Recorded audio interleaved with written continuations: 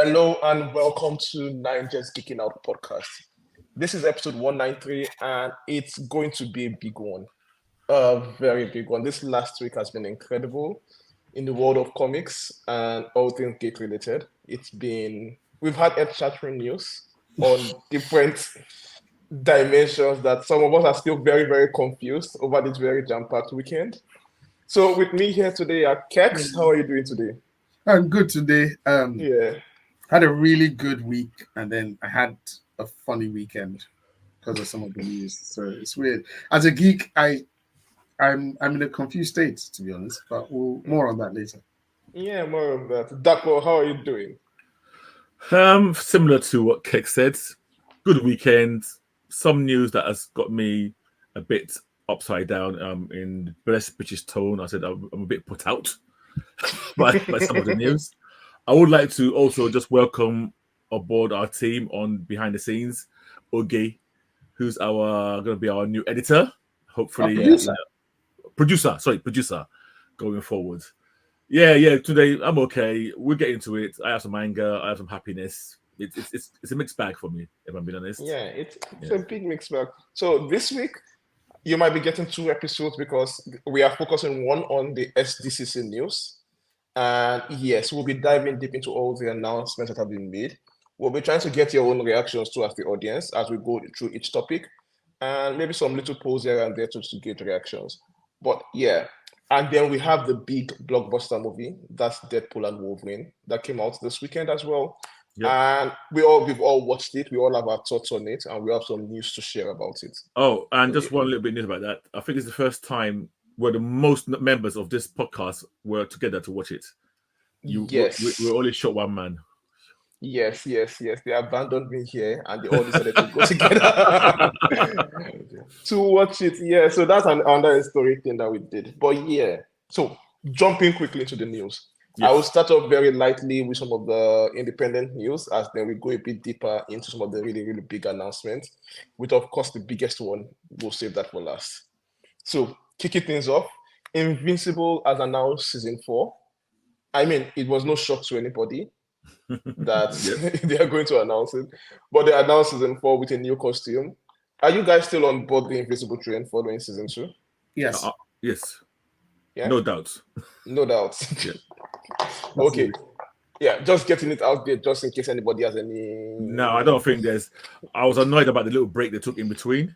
Yeah. But yeah, I'm still on board. Okay. Hopefully they've learned their lesson from that, and we can see a complete season being released at once, or at least no long breaks like they did last time. Yeah, moving on quickly from Invincible. I don't mind that break. I there were some things that I didn't. I had more of an issue with than the break. So if that break had ended on a cliffhanger, I don't mind the mid-season cliffhanger. They've been doing it in series for years now. I don't mind, but there were some filler episodes that I felt that we could have done without. So I think I took more umbrage with those than with that mid-season break. There were some episodes I was like, this is not really contributing anything. And then the mid-season break came at such an there was no tension. I can't remember what episode 4 was, but there was no tension in that thing. So it's just like, what? So why did you do this in the first place? Just putting it out there. That wasn't my biggest. Yeah, and I think your comment about the no tension is actually what made it worse for me, because when I started the next second half, it was almost like it's a whole new season. Yeah. And it was too short. Yeah. And it did feel very short. Yeah. Yeah. Okay, so I hope Kickman is listening to us right now. We're giving you valuable advice. Do not do that again. Season 3 and season 4. What do you mean if he's listening? He's one of our most regular listeners, I'm pretty sure. Yeah, no, I hope he's paying attention to what we're saying right now. Okay. This is very important information for him to understand. Yeah. So moving on, The Boys. We have some news from The Boys this year. So likely first, the season 5 of The Boys, they've confirmed that Soldier Boy is going to be a regular member of the cast for season 5. I'm sorry, did you guys see a post-credit scene in season 4? I didn't. Yes, there was a post-credit scene. Homelander walking into the room where Soldier Boy was kept on ice. Yeah. I didn't see it. Oh, okay. Yeah. Listen, So this news is, I expected this, but didn't we talk about it? I think I mentioned maybe you didn't. Maybe I didn't clock. When I was saying they're building up the people going to fight, and I was saying Soldier Boy, and I was listening to all the people. Okay. Yeah. I thought that was you just pulled it out. I didn't realize. Oh no, it was a scene. It was a scene. Yeah. Okay. Yeah, I didn't think it was going to be a main character, a regular character. I thought it was going to have maybe a guest appearance in like the final episode or something. Yeah. Not that it's going to play a pivotal part all season. But yeah, it's been promoted to a season regular. And speeding up from that, we have an idea of a new boys series called Vote Rising, featuring, we've said this already on the podcast, two of our favorite characters from the boys. That's Soldier Boy and Stormfront. Yes. Yeah. They are going to be playing the prequel to the boys series, showing how votes apparently became what it is today. Are you guys interested in this? I feel weird. I don't like prequels. But these are two of my favorite characters. And unfortunately, I kind of know how Stormfront ends. So very much like, I don't know. These are my two favorite characters, like two of my favorite characters, I should say. Not my bang favorite, but they've been very, and I would like to know more of their story. Am I excited? No. Will I watch it? Yes. So I think that's a short answer. I'll watch it definitely, and it might win me over. But because I know how she's going to end up, every bit of tension or anything, I'm just like, I know what happens. So it's the curse of prequels, but some people find them very, very interesting, especially if they're about the main characters. So. Yeah, the journey, not the destination thing. Yeah, exactly. Yeah. Dapo, what of you? On balance, I'm not that excited. When they mention the characters, I like Stormfront a lot. She's my favorite. Soldier Boy was also great as a character, but this has a whiff of what I would call exploiting this whole show. I don't think it's a genuine story that they had. They just felt, right, we're going to end the boys in season 5. We need to continue this gravy train. So on one side, my head is saying, oh, this is just a cash grab. There's no thought into it. And then I say, oh, well, it's got Stormfront. It's got Soldier Boy. Hopefully it has Jim Carlo Especial into it. Maybe it might be good. So that's where I am. So when you balance the two out, I'm just wait and see. I guess that's where I am. Okay. I'm waiting to see. What about yourself today? Do you think we're going to have Giancarlo? Well, he's a prequel. As the actor himself. Do you think the actor? Because this is 70 years ago? Thereabouts. I'm not sure we might have him. Then it can't be him. It has to be the guy. Yeah, somebody playing his younger self. Yeah, the same actor who played him as a young kid. Who plays him as a young person? Yeah, a young version of him. Okay. Yeah, for me, it's definitely no. I don't want this show at all. I don't care for this show. I do not like the concept of this show. I like the two characters, but I do not trust the boys. You don't like the concept? Yeah, Vote Rising. Yeah, okay. We've seen most of the history of the boys as much as I care about in season 3, and I didn't care for it at all. With the old characters there, with the old Black Noir. Yeah. And I did not care for that storyline.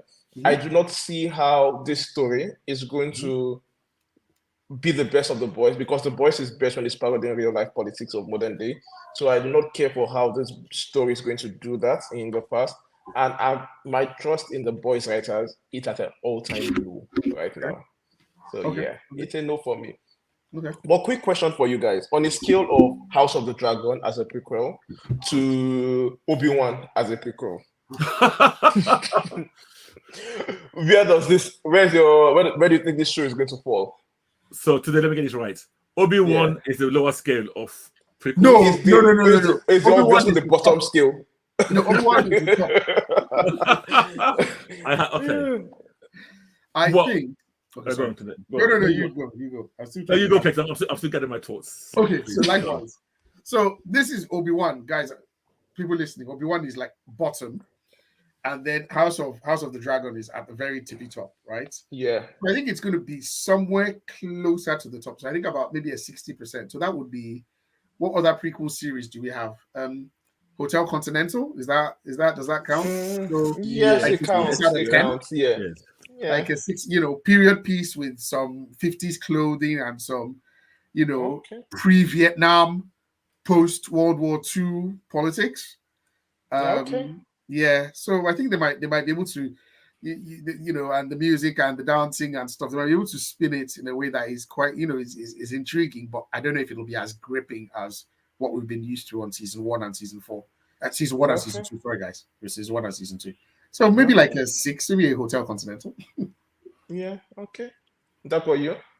I'm going to use Keck's scale, but Mhm. instead of saying just around Hotel, I would say it would be slightly under Hotel Continental. Continental. So I'm going for the mid mark around the 5. Yep. Okay. No problem. Yeah, So I'm you? closer to I'm closer to Obi-Wan. I'm closer to Obi-Wan. Yeah. Obi-Wan is so bad.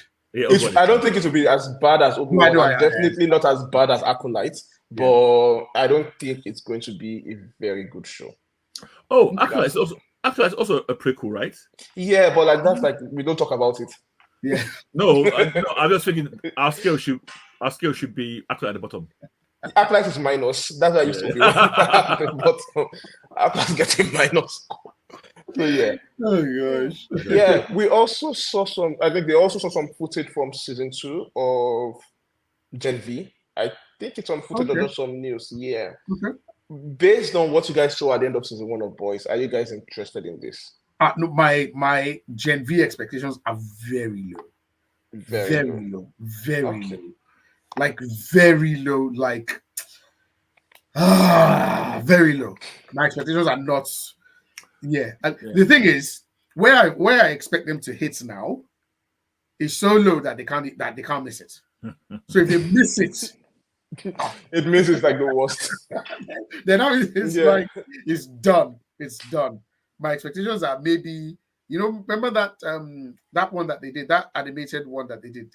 Diabolical. Yeah, Diabolical. I said diaspora. Yes. That's what I'm expecting. That's what you have. That's how bad that was. Yeah. So I'm expecting. Give me a 4 out of 10, and I'll be like, just pass and go. Just pass and just go. If you go below that, then you have to repeat the whole fucking course. Okay. Yeah. Okay, that's fair enough. That for you? So when I've watched Gen V the first season and when it finished, my expectations for the season 2 of that show would have been at the same level as when it ended. Yeah. But since then, there's 2 bits of things that's happened that's made it plummet right down into the toilet. One, unfortunately, one of the actors died, and we were now told that they want to pivot the story. They're not going to recast that guy. So the story's changing. I'm always very nervous when that happens. And then I've also watched Boys season 4.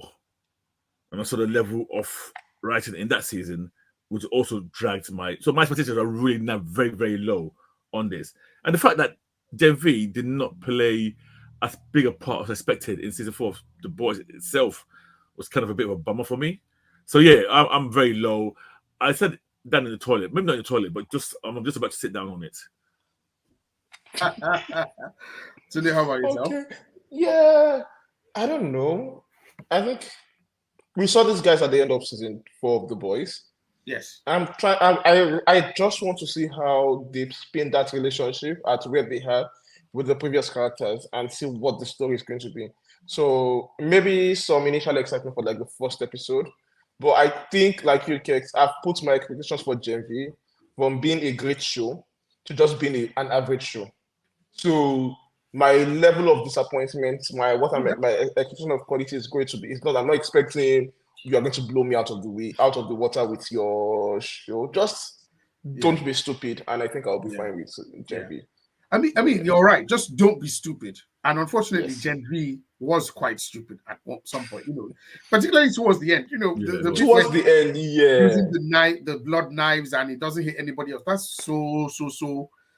That's not even a writing thing. That's just a direction thing. The director should be able to see things like that. Do you think they're going to replace the guy not replace the character, not replace the actor, and leave the character? But since the character is going to be faded out, do you think somebody else is going to join the gang? So they have. Right. Because that tends to happen in shows like this, yes, where a conveniently similar demographic with a different backstory slots into the so just to maintain that whole dynamic, because we had Bloody Mary, Jordan, the boy girl, right? Who we can count as one character, really, almost. Yeah. Jordan, boy girl, Bloody Mary, the black guy who's dead. Yeah. Arnold Schwarzenegger's 3 months and who's dead. Chloe. Dead, yeah. Chloe Shrinking Violet. Yeah. And then we had the 2 that defected and went off, right? Yeah. And of those 5, two died. 1 died in real life, and 1 is probably going to be nixed in the show. So they've got 3 now. Yeah. Is 3 enough? I think they might just add 1 more person adjacent. Yeah, I think what you're gonna find. somebody else who was captured as well. Something. Or I can't remember the name of that character's dad, the actor that died. Yeah. You find that he's got a bastard son somewhere. I won't be telling Novella now. I won't be surprised. Who was overlooked, and he comes with angst as being the one. That is ZTV. Yeah, I won't be surprised if that's what they go with. I won't be shocked. So yeah. Oh my gosh. Okay. But yeah, let's see how Gen V season 2 goes. We'll definitely watch it next year once it drops. But yeah, now on to DC news, because while DC did not have as big a presence as Marvel in this, they also had apparently a lot of news, mostly on the comic front, and then some few TV show announcements. Yes. So jumping off of our discussion last week, we talked on Absolute Comics, where we talked on the announcement of the Superman book, the Batman book, and the Wonder Woman book, where we're a bit ambivalent towards. This week, we've gotten 2 more new comics being announced, and their writers. We have Flash, Absolute Flash, which will be written by Jeff Lemire, and we have Absolute Green Lantern, which will be written by Al Ewing, who is crossing over to DC for the first time to write a full ongoing. So this is going to be his first ongoing with DC Comics. Yeah. Can I ask you a question? Yes. And I'm scared about the answer. Do we know who the Green Lantern is? So this is going to be a first contact book, apparently. It's apparently going to feature almost all the Green Lanterns. Because from the news I'm seeing even Joe Mullion from Fast Sector. What's his name? Most of them. Okay, so it's almost like a core book. Yes. Okay. So it's not just going to be one Green Lantern. It's going to be a bunch of them showing up in the book. So yeah. Are you excited for this particular? Yes. Yeah. For more so now. Yes. For the Green Lantern one, personally. Yes. Okay. That would be my. I'm quite on board with the whole thing. Yeah. Okay. Quite on board with the whole thing. Yeah. They've got some. That's a crack team of writers they've got for all 5 Absolute books. Sorry, I don't know if we said this last time round. Are we looking at the Ultimate Universe scenario? I suspect. Yes, that's what they're trying to do. Okay. We talked about it. Hickman kind of with Scott Snyder doing it. Yeah. I'm intrigued. It's a good team of writers that they've got there. It's the best of what DC has currently. Yeah. And if you're giving them free reign to bring their individual styles to it, Kelly from the way she writes female characters, Scott from his own the way he writes Batman, Jason Aaron. I mean, from the stuff that he's done in the past, like Thor. Jeff Lemire, Thor, exactly. Thor. I don't know, even his Avengers just went on a bit too long. What's that guy's name? Sorry, I mentioned somebody now. Ewing. Jeff Lemire and Ewing. Yes, exactly. Jeff Lemire with his kind of almost horror-ish vibe. Ewing from Hulk. I mean, and if you allow them to express themselves, I think we might have something here, guys. I think we might have something here. Yeah, to be honest, I was a big favorite of mine. I won't lie. Which one? Al Ewing. I love him. So I want to. Yeah, I'm on board. And you know what? I think right now I'm generally feeling more sympathetic towards DC than I am with Marvel. So I think anything DC even says right now, I'll be like, you know what? I'll give it a chance, because I don't get the reactionary vibe from them. I feel like they're actually working on something. Yeah. They're working on comic books and movies. Sorry. No, you're right. Like right now, we are getting a lot of we are trying to do something new from DC vibes. There's intention. Even in their main line, because even in their main line, we have the announcement that Mark Waid will be writing Justice League Unlimited. This is the first Justice League book since 2022, where the Justice League disbanded at the end of one of the Dark Crisis. Can I interject here? And Yes. I know Yeah. this was not part of our plan, but I want to talk about Mark Waid and his career. There's a phrase where I don't know what this phrase is. It's about, when somebody has a great career and he's finished, and then suddenly there's a late resurgence. Renaissance. Yeah, Renaissance. Yeah. Is it Renaissance? Mark Waid, Yes. he's gone through this in my view. This guy, when he started off, he was top dog. Mhm. He was up there, and then he fell off the cliff. I don't know what happened to him. I don't know what happened either. But now he seems to like coming back, and he's getting more and more books. He's getting more and more power. I'm very chuffed for him. Mark Waid is the guy who wrote Kingdom Come. People always, when they talk about Kingdom Come, they always talk about Alex Ross because of the the iconic art. Yeah, the comic art. But Mark Waid wrote it. He's the one who made Flash what Flash is today. He introduced Speed Force. He made Wally West the first superhero to really take on the mantle of the mentor and take over. Mark Waid, I just want to give you a kudos. I'm quite pleased for him coming back. That's good. That's good. Like, I might not like the take Mark Waid is taking on some of the books because it's very friendly, very whimsical. But it's like it's going back to the roots of comics, of what comic books were, and he's writing fantastic work. Like, you don't have to be a fan of what he's writing to appreciate that what he's writing is very, very good. Exactly. Like his Shazam book is the definition of definitive Shazam run.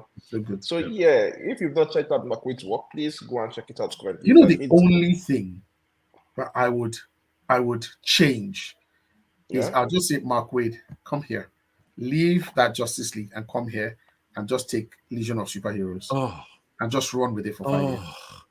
Okay. His style is so suited to that comic book and those characters that it would smash it.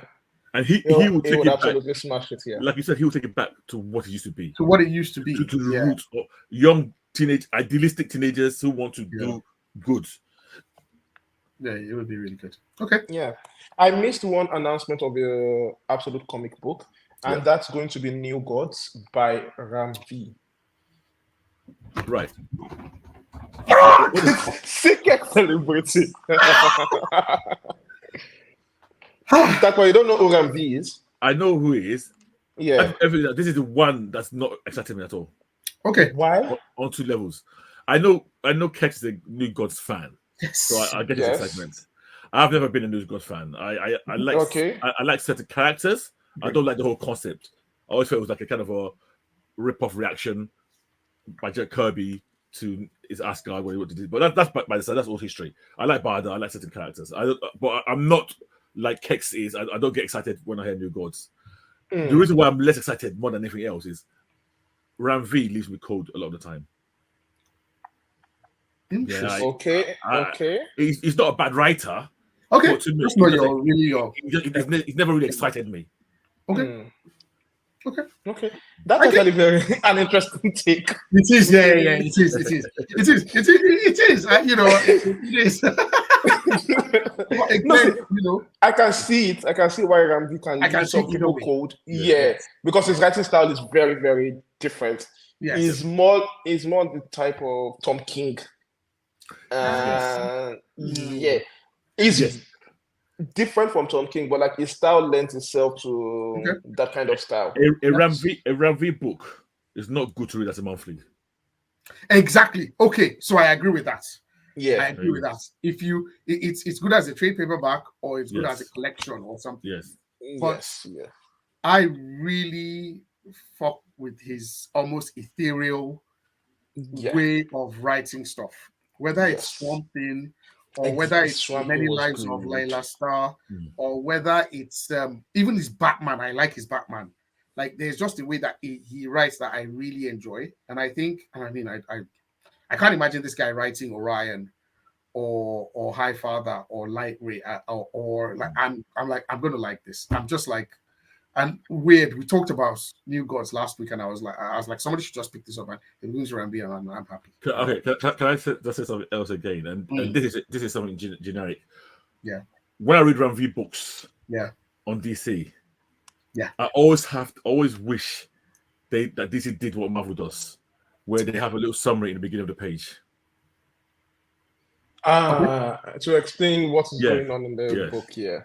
Nah, I don't like that because I like reading them as a collection, so I usually don't like the idea. So if you read it as a collection, you don't need that. You can Yes, flow yeah. right. But I a lot of the times I am reading them as they come out every as it month. comes out. Yeah. Yeah.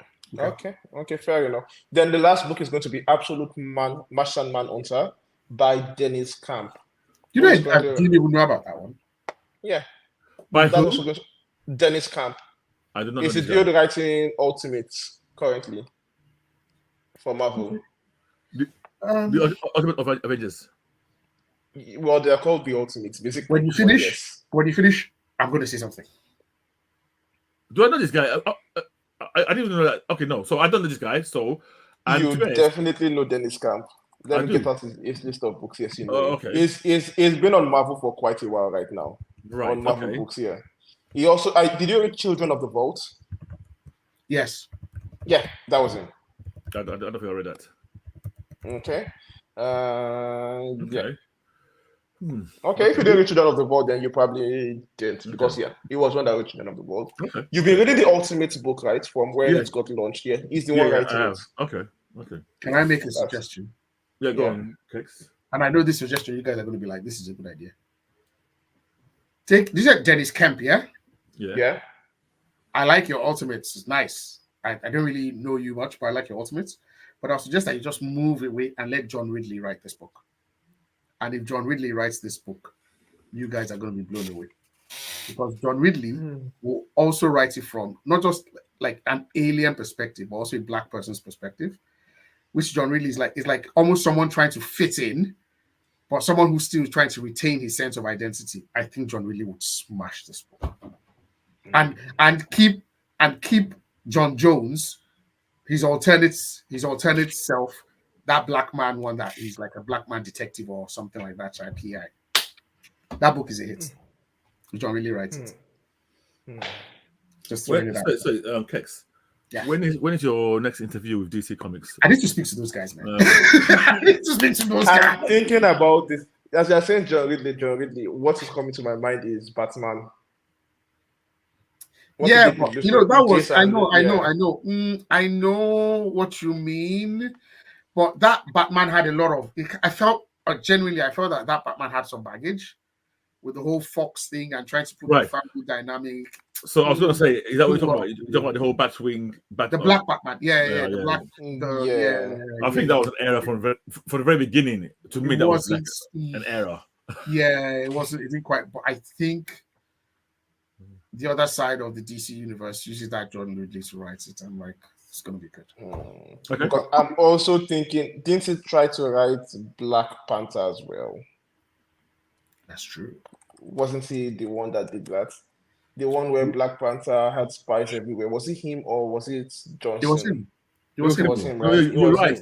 I don't mind that book. Where was Falake? Oh no, that was yes. That was not bad. That was a good book. Now that the one that had Bushman or Bushmaster or something. The guy that used to write Buffalo Hunter or something. And the Avengers were angry with Black Panther and all that. Yeah. That was alright. Yeah, that was okay. I didn't mind that. Okay. The problem with John Ridley, and not a problem with him, is our introduction to John Ridley was a God tier book. It's a God tier. Yes. And then he started writing monthlies, and obviously it's hard to keep that level. Yeah. Okay. Fair enough. I won't mind that. I won't mind that take on what's it called? John Jones. Yeah, John Jones. And you know, John Jones is such an introspective character as well. Like he always has that not fish out of water. That's not the word I'm looking for. Not in a humorous way, but someone who has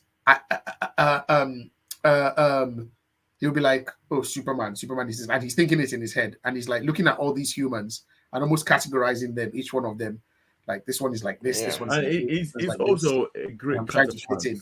Who am I? You know, he's also a what? A great counterpoint to Superman. Superman, yes. Because where Superman is accepted, is rejected.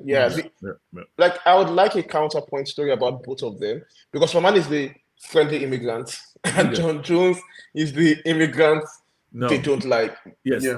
Yeah. Yes. Sorry, Superman is the right type of immigrant. Yeah. Exactly. John Jones is the wrong type of Wrong immigrant. type of immigrant. Exactly. He's the scary one with the mental powers. Yeah. And Superman is the friendly one that sees cats in trees. But yeah, I would like to see something like that. No, Sage Country has the right look. Yeah, it's the look. He looks like it us. looks- It's a look. Yeah. Yes. Yes. Okay, so that's a good one. Yeah. Speaking of this intentionality, we've touched on the absolute universe Yeah. coming up. Yeah. But McQuaid's JLU is part of the DC All-In, which is seeing a lot of shake-up in the creative teams of DC Comics coming in October as well. Okay. At the same time, the Absolute Universe is dropping because McQuaid is also writing this Absolute Power series that is going on, that is going to end in October. So we are seeing new writers across most of the different DC books going, like Superman, Joshua Williamson will be taking over that, Nightwing, Dan Waters, Batman and Robin, Philip Kennedy, Tom Taylor is taking over Detective Comics, McQuaid on Action Comics, and yeah, things like that are happening. So it will be a good jumping off point for our fans to jump into DC Comics, basically, in October. So it's something to look forward to. Okay. Awesome. Yeah.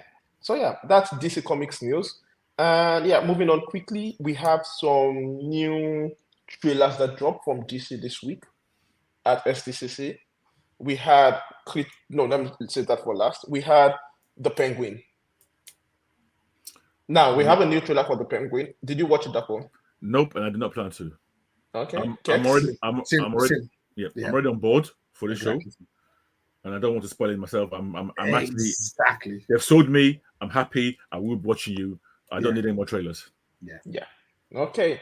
Like I'm currently watching The Sopranos right now, and the similarity, the similarity between Tony Soprano and Penguin Oswald, it's striking, especially with his mother. There's his mother in the trailer. Yeah, so I'm definitely looking forward to this particular show. It's going to be a very interesting watch.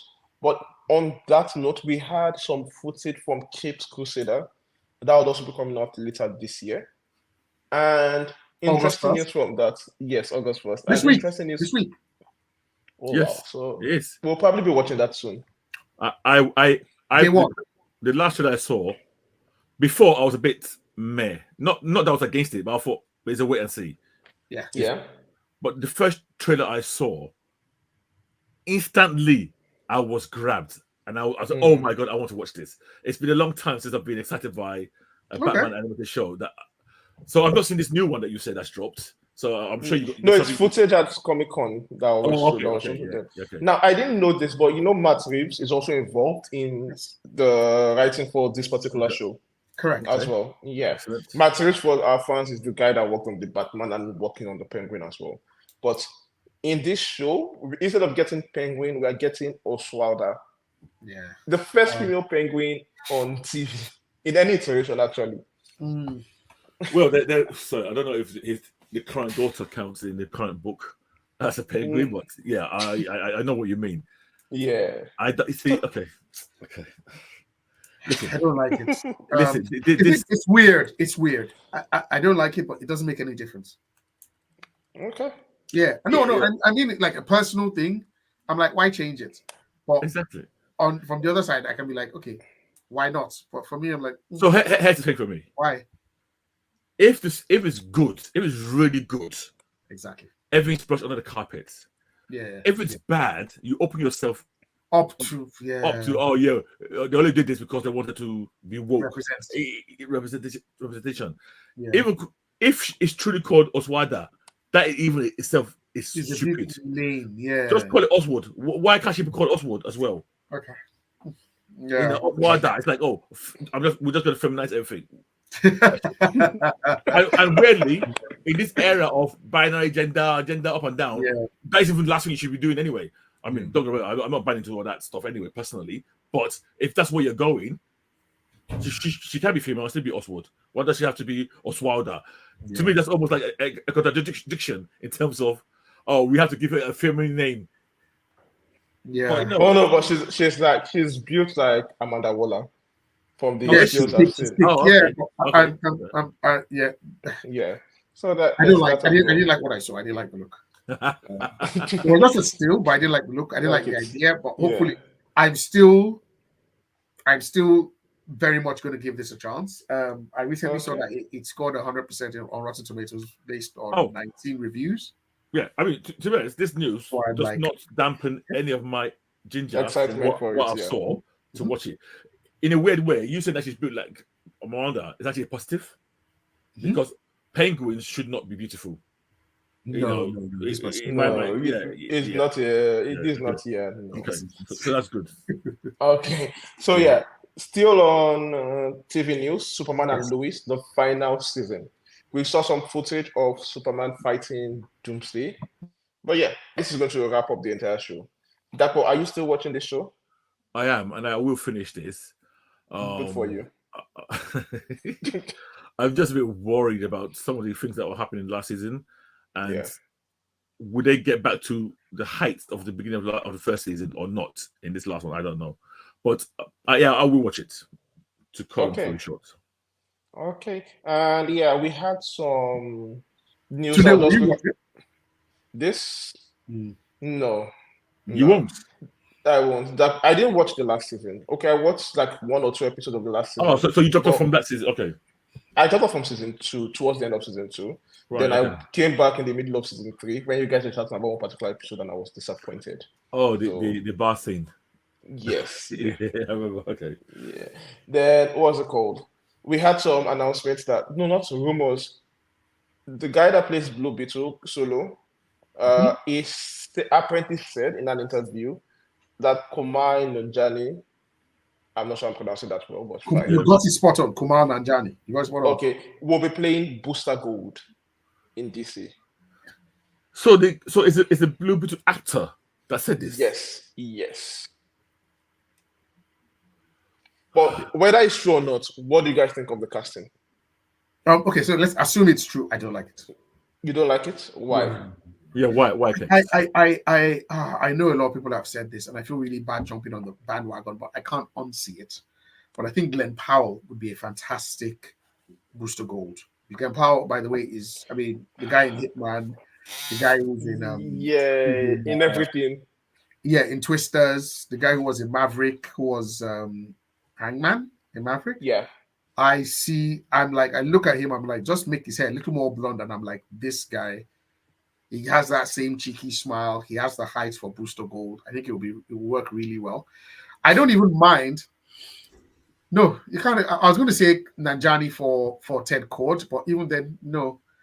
No, because I think Ted Cord is does he have like Latina or sorry? No. Like I think, is he just like a white man? Yeah, he is. Yeah. Oh, okay. I don't know why I thought he was maybe something. Yeah. But yeah, I don't want Kamal Nanjiani for. I want Glenn Powell for something else in DC. Okay. What? I don't know what else I want him for, but like if you give Glenn Powell Batman, I'll take it. If you Oh yeah, yes. Yeah. I don't want him playing. He can play it, but like he can do bigger roles. Okay. He can take a more prominent spot in DC. But yeah. But aside that, you don't have any problem with Kumar playing. I do. I just literally said I do. He said he does. Okay. I thought you said it was because he wanted Glenn Powell, but yeah. No. Serious issues with it. I have serious issues. Okay. The weird thing for me is I like Kumar. I like him a lot. Same. And I like him from what's it with that? Silicon Valley. Silicon Valley, yes, exactly. But the reason why I don't like him for this, when I examine my own heart, it's more on racial levels, on what it means in terms of something that I don't like when they do with black people. I like new black characters. I've never liked really race swapping we need to put a black character in this place. Let's change this guy to black. Sometimes it doesn't really matter, but a lot of times it just can't you. There are good black characters anyway. Just shoot a film about that character. So always that kind of winds me up a bit. Booster Gold is one of those, and again, this goes back to my own feelings, my own prejudices about Booster Gold was like the epitome of white privilege, jock in the school. Yeah, white Lord, privilege is such a good way of saying this. he was like the poster child For for white white privilege. privilege. And now an Indian guy's playing him. It just now I'm pretty sure people who don't know Buster Good, who don't have the prejudice I have, who don't have the background I have to that character, and if they introduce Buster Good through this guy's first introduction, they will have no issue with him at all, and they will not have any of the issues I have. But Buster Good in my mind is linked intrinsically with white privilege. Yeah. Yeah, like I didn't have any issue until you mentioned that. Oh, sorry. Like, yeah, like I was like, Okuma is funny. He can play. He can play the. He's He very can play funny. the fool. Yeah. He can play the fool tech guy that just feels.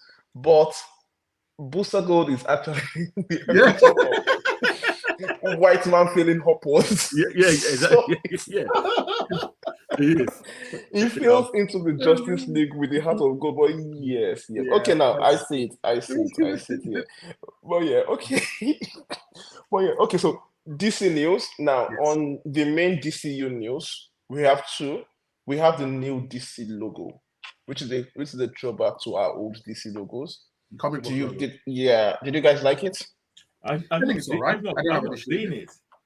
And Okay. I'm furiously. It's the old comic book DC logo that was Logo. an emblem on the top right. Yeah. It's a throwback. Right, left. It's a throwback. Yes. Yeah, with the stars. Yeah. Okay. It's nice. Yeah, I'm not sure what this says about the tone the movies will be going for, but I've seen some very weird complaints online that, oh no, they have this logo, they're going for the silver campy Superman and the rest of those kind of stories. I don't think that's what James Gunn So is if I going for, but remember yeah. correctly, and I might be wrong, this is the logo they did post-crisis. Yep, with John Bryan. Oh, that's a good logo. Yep. And to me, that says a good intent. Because that's when DC got good. So I can see why the studios might think, yeah, this is a good one to adopt. Yeah, I'm on board with this. I'm on board. Yeah. And finally, from DC, we had the first trailer for Creature Commandos. Did you guys see this? I love that trailer. I loved it. Interesting. Loved it. You loved it? I loved it. You seem to have some hesitation. Yeah, I didn't hate it. I didn't like it. It didn't do anything to me personally. Yeah. Which surprised me. I thought it's going to be something that would be. So yeah, okay. So I'm still where I was before I saw that trailer. In a way. Yeah, it didn't move me. It's like, okay, I've seen it. The animation wasn't outstanding. Thank you very much. That is another thing that kind of worried me. It seemed very average. It seemed like the standard DC animation that we've seen from them. Yeah. And then it reminded me a lot of Suicide Squad Hell to Pay, the other Suicide Squad movies that we've seen. Well, they did that on purpose because I think the trailer leaned into that a bit. I liked Hell to Pay. Yeah, because I like Hell to Pay. It's a good movie, but like I was expecting a step up in quality. I don't know why. I was expecting a big step up in quality for this particular one. But yeah, we'll see how that goes. Okay, so that's DC's section of the news, and they didn't have a lot of news compared to the people we are going to now. So now, Marvel. So Marvel decided to return to San Diego Comic-Con in a big way this year. Like, they pulled out all the stops, multiple all-hit appearances, advertising a big comic rollout like they used to do before. But yeah, their first appearance was with the Deadpool cast. Like, they did the premiere of the Deadpool and Wolverine movie with the entire cast being there on stage with them. I think more about that later. Let's not spoil it. Yeah, more about that later. Then now we get some quick news like Captain America and the New World Order. Yes. Giancarlo Esposito, we thought was playing at the, how is it called? Bridges.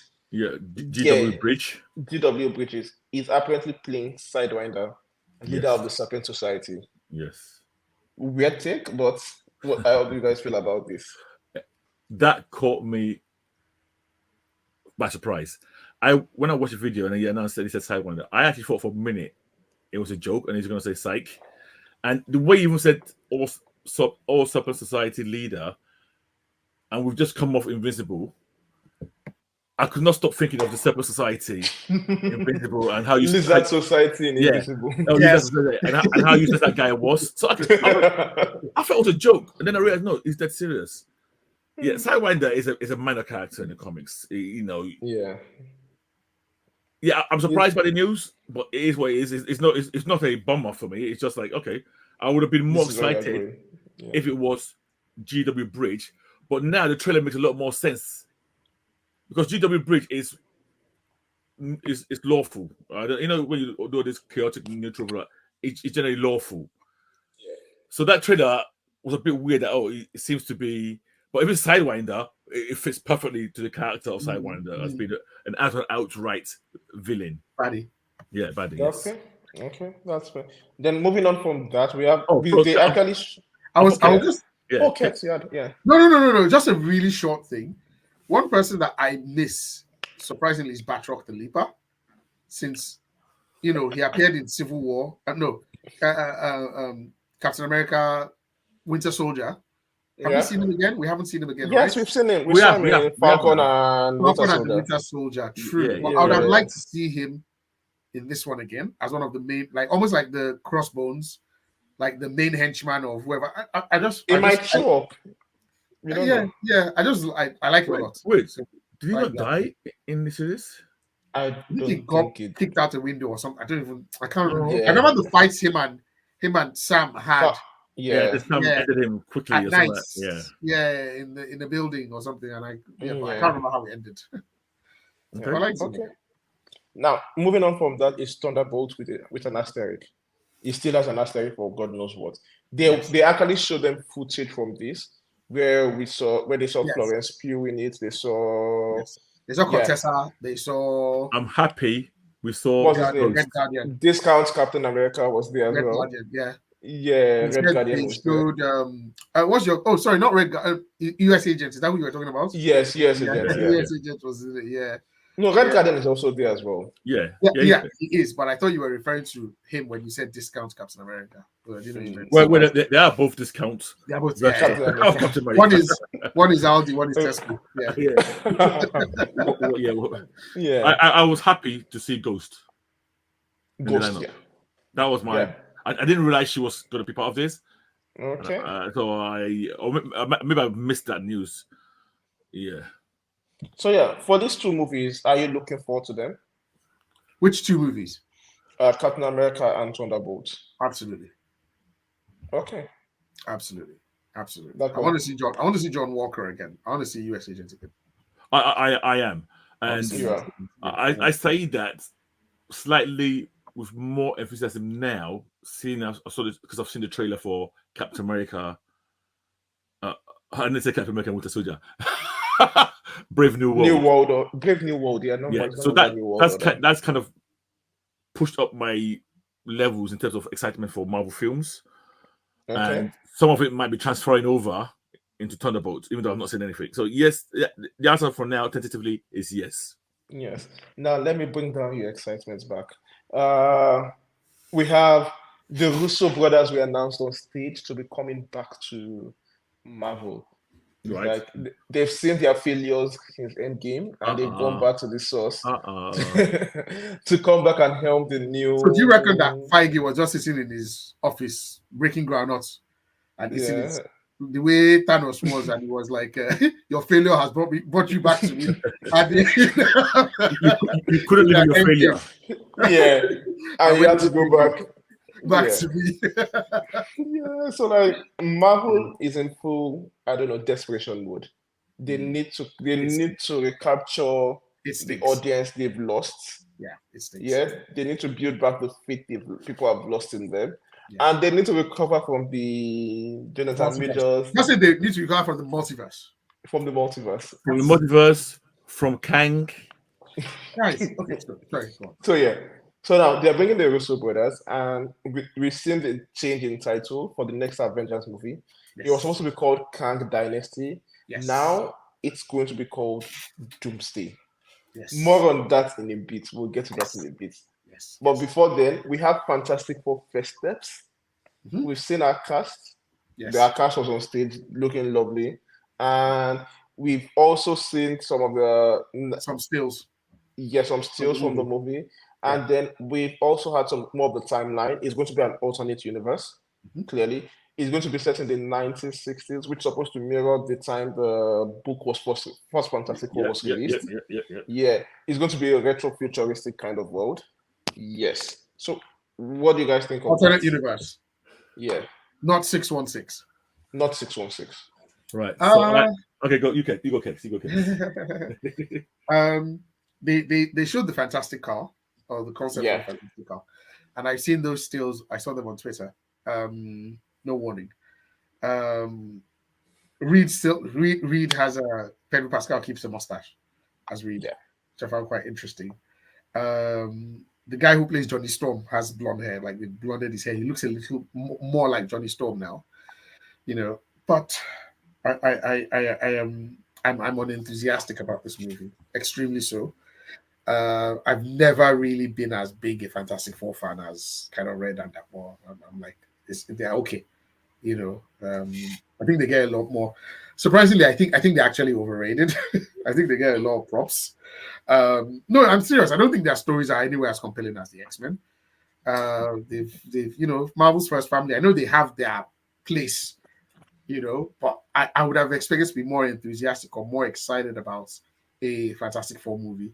I'm not. I haven't seen anything that has filled me with confidence. The cast news. Maybe apart from Vanessa Kirby, I'm just like, this is some of the worst casting news I've heard. I absolutely don't. Really? I don't like. Let me not say I don't like. I don't care about Ebon, whether or not he's. I'm ambivalent. The guy that is playing Johnny Storm, I don't rate him as Johnny Storm at all. It felt like those three castings that I don't particularly care for. One of them I don't even like at all. Are popularity castings. They're not castings based on coming audition like they did before. They actually brought these people in, and they brought in some really good actors. John Krasinski auditioned for Captain America, and he's just one of the few people we know. What's that guy's name? Chadwick auditioned for Drax, and they said, no. The casting director was like, there is something about you. And years later, he gets pulled in for T'Challa. So, Chris Hemsworth, Tom Hiddleston auditioned for Thor. They're like, no, there's something sly about you that will make you low-key. This now feels like, I'm not sure these people are even auditioning anymore, because they if they had to do it now, they'll probably pick Timothée Chalamet as Spider-Man, as Peter Parker, because he's popular. That's how it feels when you go for someone like Pedro Pascal. Lovely actor, love him so much, but he's on everything now, and he's the face everywhere, and you just and he's the daddy everywhere, and he's the dad everywhere. So we're like, okay, yeah, let's just go with that again. And Ibon is obviously like one of the best TV shows on air right now, and they're like, okay, you know what, this guy, and then the other guy too is on one of the, and I'm using his air quotes, so it's loosely one of the best shows on Netflix. And he was a fan favorite. So it just doesn't feel organic now what they're doing. And I'm strongly against that. Don't care about this casting news. Not really. It's a movie that's supposed to come out next year. So obviously they started shooting the scene stills, but I don't care. Sorry. It's supposed to come out in July next year. Superman has finished shooting and it's coming out in the same time next year. I'm going to use practical effects. They are really going to launch these guys into space. At this point, it's cheaper than the CG they're going to need. They are speaking to Elon Musk now, like, we need to borrow one of your shuttles. All right. But what do you think? First step. So this is, so I can't really argue against what Kex said about the way Marvel currently casts, and they've gone full Hollywood. In the past, when Marvel was doing Marvel Studios, they would go around and find the right character actor for the role. Now it's, as Kex said, it's big names. You have to get big names. Let's excite people. Pedro Pascal, great actor. He's everywhere. He's not. He will never just be Reed Richards. Not the way Cliff Evans was Captain America. The way Tony RDJ was Tony Stark, or Chris Hemsworth was Thor. Exactly. This is a guy that's popular for many other big things. He's Mandalorian. He's this. He's that. I think it's a big misstep. But I think this is what's the word? A consequence of Marvel Studios being part of Disney now. And, they've gone full Hollywood, full big budget. I don't think we're ever going to get back to how they cut it in the past. I think they've lost their roots in that. Yeah. So let's Never put that gonna to be one. hungry again. Yeah. Yes. Let's put that to the. Yeah, so go on today. The argument for the other side that this is the first family. They want to make it as iconic as possible, as memorable as you possible. don't do that. No. And they are learning their lesson from Kang, unfortunately. Casting. But Kang was a big name. Sorry, It that wasn't that big a name. It wasn't that big a name. Sorry, do you mean the actor or do you mean the character? The actor. The actor was big. No. The actor was not a big name, that one. The actor was not a big name. But the actor fits. I mean, are you guys... It's not unknown. No, Kang was popular. Majors was popular now. He's not a big It name. wasn't that popular. He was casted before Creed. The first place we saw him was in Lovecraft Country. Was it? No, he had an indie movie that actually brought him out. The first time we saw him. Did you watch? No, the first time I saw. Yeah, I watched it now. Okay, sorry. San Francisco. What we doing? Something about San Francisco. Show. Okay, there's no way in this world I've heard about that film. Yeah, you should see the trailer. It's really good. Okay, the trailer, not the movie. I watched the movie. I liked part of the movie. I want to go back. Yeah. I want to go back to that part you said about Creed. Yeah. When was he in Creed? It was in Creed 2. It was Creed 3.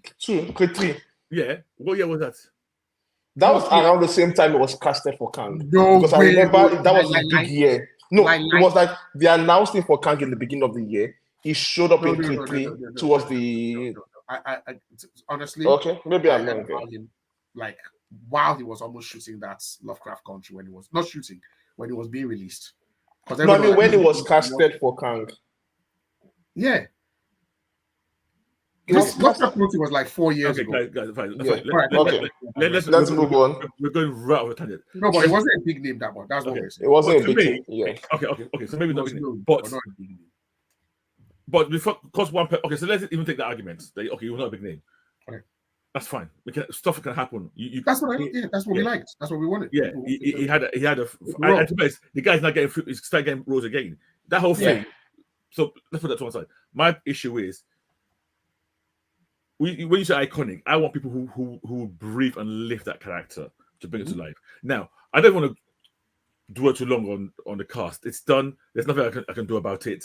I'm not happy about it. Now, there's something here that me and Tunde traditionally have been always at loggerheads about how you bring characters who are not in the MCU, how you bring them in. I've never been a big fan of them coming from another dimension and then joining the dimension. It's very clear that this film is set in 1960s, is now not in the air, is retro. By itself, the whole idea of it being retro, I'm actually on board with, in a way, because it suits the sensibilities of Fantastic Four. And yes, Fantastic Four comes from the 60s. My issue is, it seems that this Fantastic Four will end up being the 616 Fantastic Four. And it's not a variant, and I will not have a homegrown. That's just my feeling. That is where they're going with this. They've announced this film. A year later, or that same year, they've announced Doomsday. A year later, they've announced Civil War.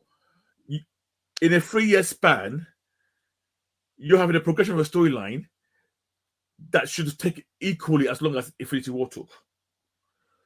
But you're not over 3 years. So to me, this is not giving me good vibes. It's giving me desperation vibes. It's giving me rush job vibe. Keck doesn't like Fantastic Four. Fantastic Four is my favorite team, bar none. In any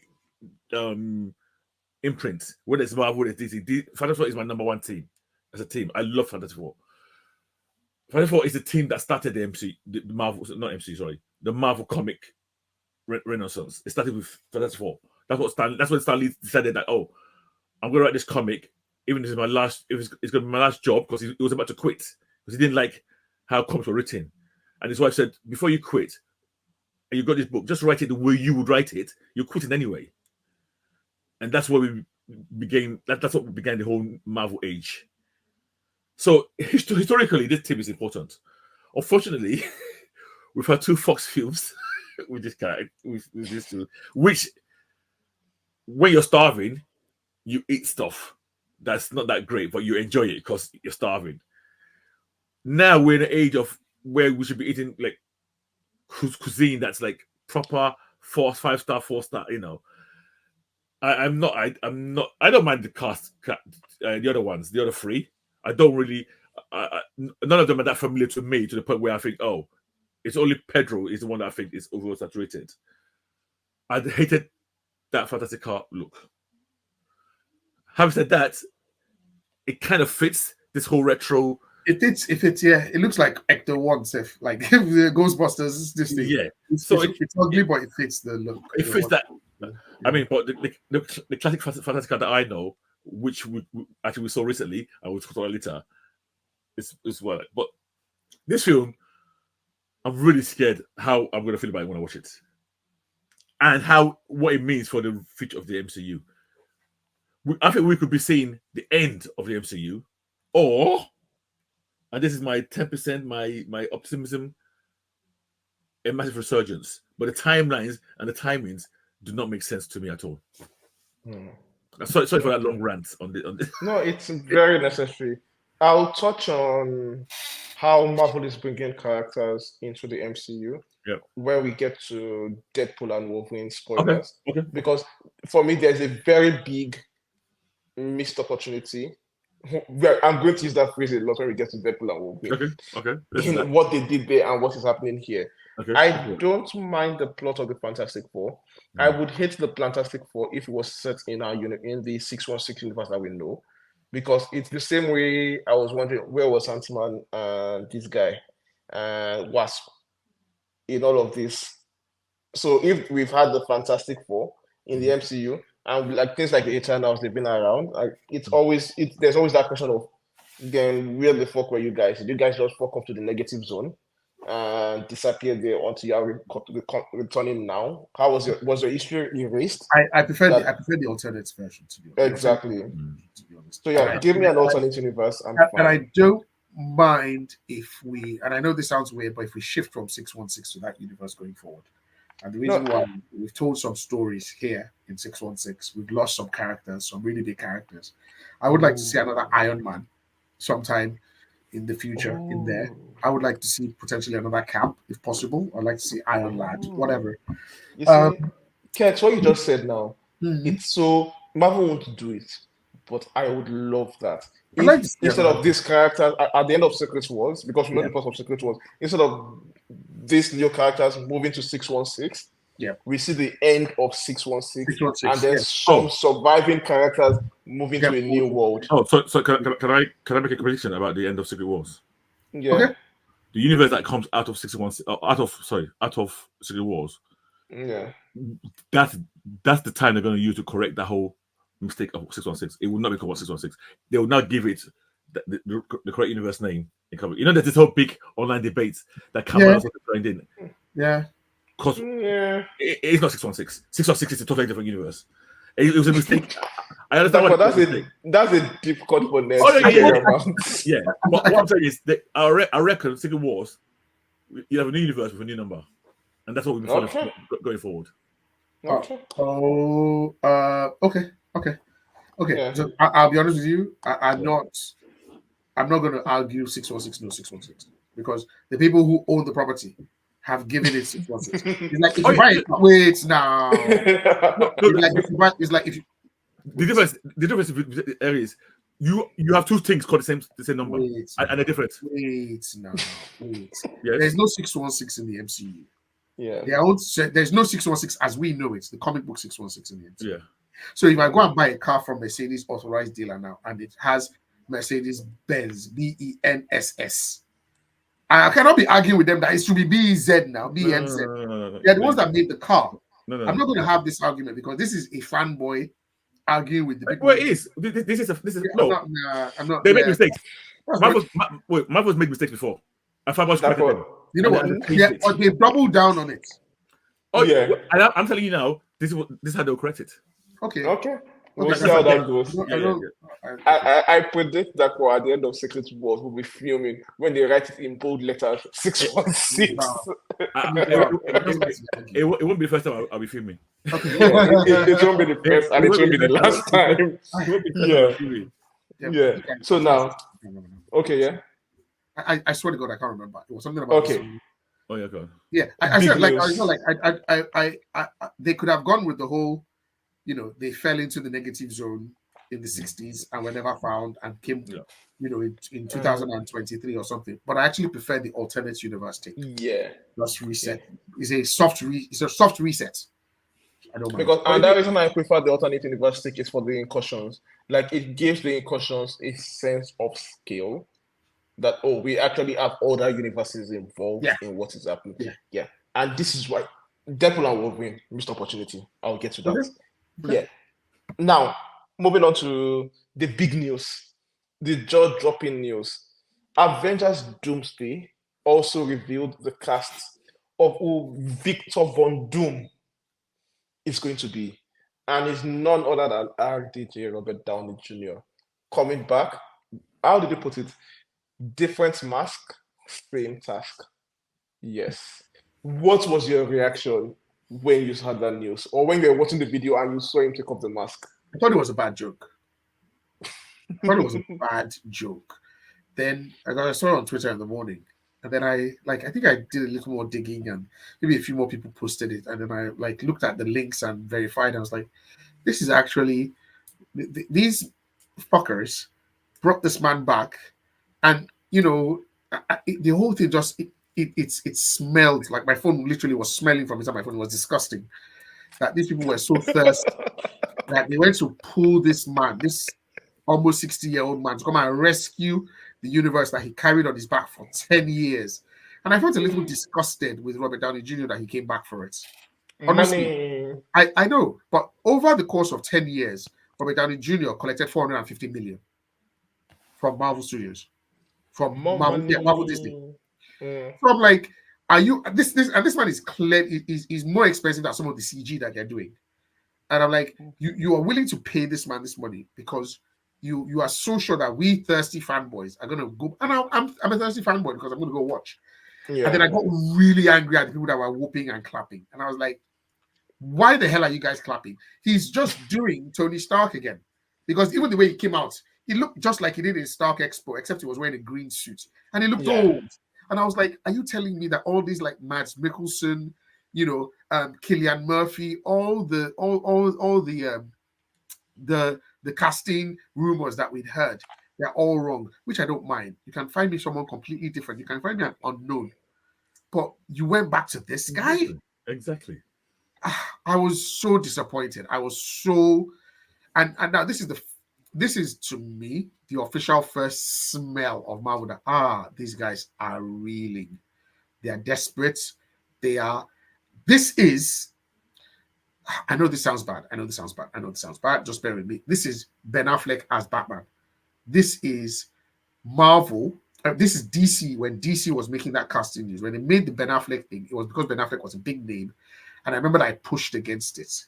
And I was like, this chin, how is this chin going to fit in? And it was one of some of the issues that I had, because they fast-tracked Batman versus Superman because they felt that MOS didn't make the splash that they wanted it to make. And I thought Batman versus Superman, they're doing the Dark Knight, it's too soon.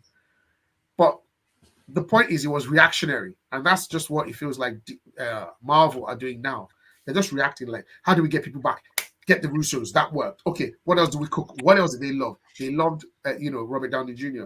I don't care whether he's coming back as an alternate Tony Stark or he's coming back as Victor Von Doom, whatever he calls himself.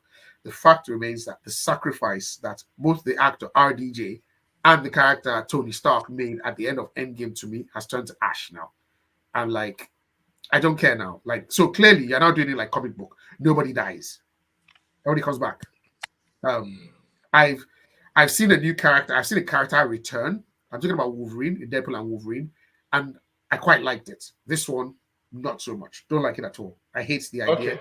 I loathe it, and that's it. Like, I'm not going to say anything else apart from this. I absolutely hate it. Okay, so first of all, you compared him to Ben Affleck. Yeah, Ben Affleck turned out to be a great casting. I know. No. Absolutely. Ben Affleck is a perfect Batman. Is a perfect Bruce Wayne. At the time, I thought this way? No, not Ben Affleck. I mean, you could have gone with, I thought this was the time that I think we're hearing about. Was it Joe Manganiello or something? Like there were quite some names that were there. For Deathstroke. That was Deathstroke. Yeah, Yeah, that became Deathstroke. Yeah, I was like, there's other names like Ben Affleck. Okay. Became a good Batman. Don't get me wrong, but I remember that there was a whole. The internet lost its mind at the time. And Okay. Interesting. Dapo, what do you think? This spoilt my weekend. I won't lie, I lost it. You know when people say, I'm always saying, honestly, I wanted to throw up. I'm surprised. I was so angry. Today forced me to watch Sdcc news just before this podcast because it put me off wanting to know anything more about this. I'm raging. I mean, to me, I took this Marvel thing. Where's my camera? And threw it away. Day in the bin. On so many levels, it makes no sense. To me, Doctor Doom. Okay, this is my view. People might argue. To me, Doctor Doom is the best villain in Marvel. Personally, that's my view argument. Even the most stupid person in the world would not put him anything lower than number 3 in Marvel as top villain. To me, he's by far the best. They've had 2 attempts at this guy under the Fox banner. They didn't get it right. None of the 2 times. MC, I thought, right, you've had so long and so much time to get this right. Why would you introduce Dr. Doom for the first time ever to anybody who's not a Marvel fan? You introduce him as, to me, no matter how it turns out, even if it's for 5 minutes, it's variant, you've wrecked. You've announced to people who don't know Dr. Doom that RDJ is Dr. Doom. To me, that's a massive mistake. I don't care how. It's just bad. It's about now. Is he actually Dr. Doom? Is he Victor Von Doom? Is he Tony Stark? In a universe that's wearing the Doom mask? What is going on here? What are you doing? Is this Doom going to be the same Doom? He came back. Okay. And on stage. Sorry. Yeah, go on. Yeah. He came back like a messiah. Yes. You know that whole... Yeah. But that is Doom. No. That's not Doom. That's Stark. That is Doom at the end of Secret Wars, saving the entire universe. No. The entire multiverse. No. He was there. That Doom was there all the way in the fight. This is RDJ getting more money. This is Stark. This is RDJ. Okay. So yeah. Okay, so now you guys, I know you guys absolutely hate this particular decision, but I've spent my weekend a bit thinking about how this could work. Different, like examining all the different possibilities. But before I get into my take on this, I wanted to ask you, is there any way you see this working in a way you do not absolutely hate? If it's killed off in 5 minutes and it's just a variant, and it's just like a kind of Mr. X, yeah. But even as a Mr. X, I think it's a dangerous one because RDJ is so famous, so popular, and there's a massive population of the MCU that love him. That if you use him as a misdirect, that portion of the fan base will be livid. Okay, true. Kex? If it happens, the only way I can accept it as a misdirect is if he doesn't appear in the movie at all. Okay, for me, even if it's like a 2-second cameo and maybe they just blitz through his universe or they blitz through and he helps them with something, let him rest. Let it be done. Let's move forward. 10 years is enough. Let it be done. You know another thing that annoyed me, and this might not be true, but the moment I heard this rumor, my mind said some people are just so fucking lazy because this is the current storyline that's going on right now, where Tony Stark is Doom. Yeah. No, he's not Doom. He's Kang. No, he's Doom. Ultimate. Yeah. He's Doom. No, Ultimate is Kang. It's Reed Richards that is Doom. No, Reed is Doom. Tony is Kang. Tony sub. No, Tony. Tony's Iron Lad. Sorry, Iron Lad. It's Iron Lad, and with Iron Lad is Kang in this Iron Lad is particular Kang. Ultimate. Yes. Yeah. No, that one. Don't think about it. Reed is Doom. Oh, okay. Yeah. All right. Okay. So, Yes. Then that's one angle that's removed. Then. Okay. Because my angle went, oh, are you guys just ripping off the current storyline? But okay. Yeah, I don't like that. Yeah, go on. You guys, bear me out for a bit here. And approach this as an MCU fan. Sorry, since when? Listen to me. Now, approach it as an MCU fan that has no history of the comics. Because that's where things get really murky. Like, this is the first time you're hearing of it. Yeah. And approach it as this is an introduction to a brand new character that you've never seen before, as Doom. Now, the story of Hickman's Secret Wars, has Doom playing the savior of the universe role in a completely different way to Tony Stark, in that he ends up destroying the entire multiverse to save things. So, like, for me, I see a lot of parallels in that particular storyline of Doom, him ending up with the same snap that Tony did and ending everything that Tony had at the end of, what's it called? Endgame to save the universe. Because I think Doom did a similar snap at the beginning of the Secret Wars graphic novel, where he decides to destroy all the universes together to create one single Secret Wars battlefield. Battle world. Yes. So, like, there is that particular parallel storyline going in.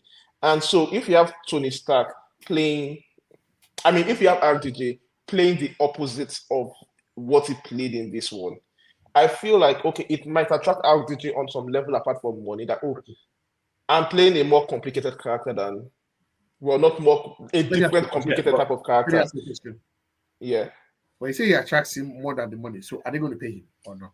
No. I'm just saying that generally they will pay him, of course. Now, are they going to pay him more than any of the other actors are there? Obviously, he's going to make money. I'm not talking about money here. Let me tell you something. If this guy wasn't doing it for money, the guy will have stopped since. He has collected 450 over 10 films. Please, let's not. Okay, let me not go into the money part. Let me drop the money part. Now, when you lost me, do you want to know where you lost me? Where? You said RDJ will be acting as, I just zoned out because I don't want him in it again. No. So I'm saying that to the casual fan, he's playing the same role. Casual fan. Okay. Yes, because it's not. No, for you, it's like you have the old history of Doom. Now, seeing him, rather than being the savior of the universe, being the destroyer of the universe to save it, but with similar goals, it's like, okay, this is a dark parallel to it. And then you have the conflict with him, with the rest of the Avengers that know him. So it's like, without knowing the history of all these characters involved, I think there is some room for some emotional storytelling here. Because imagine the scene with him and Spider-Man and Holland. All I'm hearing is just blah blah blah blah blah. Yeah. So basically, what I'm so angry. No, exactly. I want you describing. So let me remove my own rage, my anger as an MC fan. What you're describing is simply we don't have anybody else. So this guy, let's bring it back, and again, let's be revisiting plot points, emotional points that of Endgame, of Infinity War, again and again. It's a lack of. You have to keep on moving forward. No, it's not a lack. It's like it's building. It's like the resonance of this happened before. This happened. So okay. They do that in City War finish, and then in another 5 years' time, they'll bring another DJ. And then he'll do another snap, and then another rest. No, at some point you need to. I know you. You need to draw a line. You're bringing in Fantastic Four. You're bringing in X-Men. Yeah. You need to start drawing a line on the old things that are past. On the old things. Honestly. They're classics. That's the word. Look at this. Look at this one now. Loki, for example. Loki ended beautifully in Endgame. Yes. That was a perfect ending for Loki. Mm-hmm. Yet they did the Loki TV series that people apparently love, and they brought him back to give him another ending. Mm-hmm. Which also, as much as I don't like the entire series, I admit that ending is actually okay. So you just say okay. Was that any better than the Infinity War ending? It's different. It's not better Yeah, or but worse. It's not worse. It's not worse. But it's not. No, it's not better. It's not worse. It's yeah. just different. No. So what? And it's let me be clear now. It's not better because I don't like the entire Loki story. But for people who liked Loki story, they would feel that okay, Loki gets the well-deserved God of redemption story he deserved. So like we've had Loki come back and have another story parallel to what he did in the however bad but at least that was. That was Loki that came back. Yeah, but for fans, this is Tony coming back regardless of what they say. Like, there's no way you can divorce. Then bring Tony back.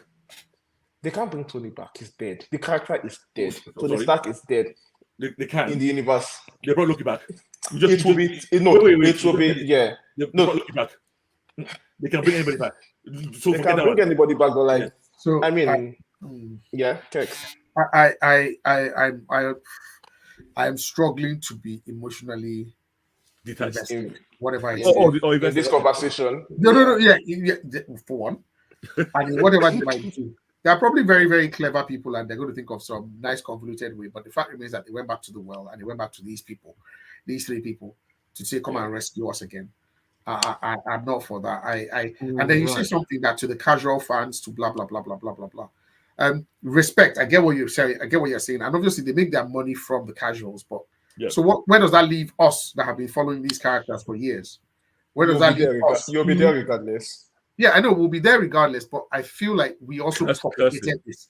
We push this on our family members. We push this on sisters, wives, brothers, cousins, kids. That this guy, they're gonna watch this. This guy's gonna do this. This guy's so cool. This guy's like this. This guy does. I remember after I can't remember what it was. Was it after the first? Was it? I think it was after Civil War or something. And my sister-in-law actually was talking to me was asking me about T'Challa and this thing. And I was like, and I was telling her that, he actually has a sister who is this, and who actually then becomes, all of that now just feels like it's going to be gone. I know we were going to miss some big storylines anyway. We're going to miss the whole Wakanda versus Atlantis, the proper one. Sorry, we missed that. Yep. We're never going to see the conflicts between T'Challa and Namor. We're not going to see that, and we don't want a comic like for like, but there are certain beats that you should hit, and one of them is the casting of arguably the Marvel comic book universe's biggest villain. And you do this, and you went back and you got this person. One other thing is, why did you? I'm sorry. Why did you scrap the whole Kang thing? Just recast him. Like, there's this guy, and I think I've raised it in the group. I'm like, this Domingo something guy, black guy. Beyond Kang, beyond Jonathan Major's many missteps in real life. Yes. Kang in the movies has been.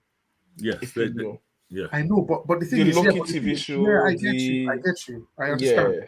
But Kang is also a major comic book character that you can build five movies where Kang is the villain, like Thanos, there at the top there, going back through time and doing stuff. Like, you just need to. No. It's harder to fix Kang. So you know what? Than to start afresh and say, you know what, we made mistakes with this thing. Let's pretend it never happened. Okay. The same way with James Gunn, it's easier to say, you know what, that's the old DCU. I'm starting afresh with So it's like, okay.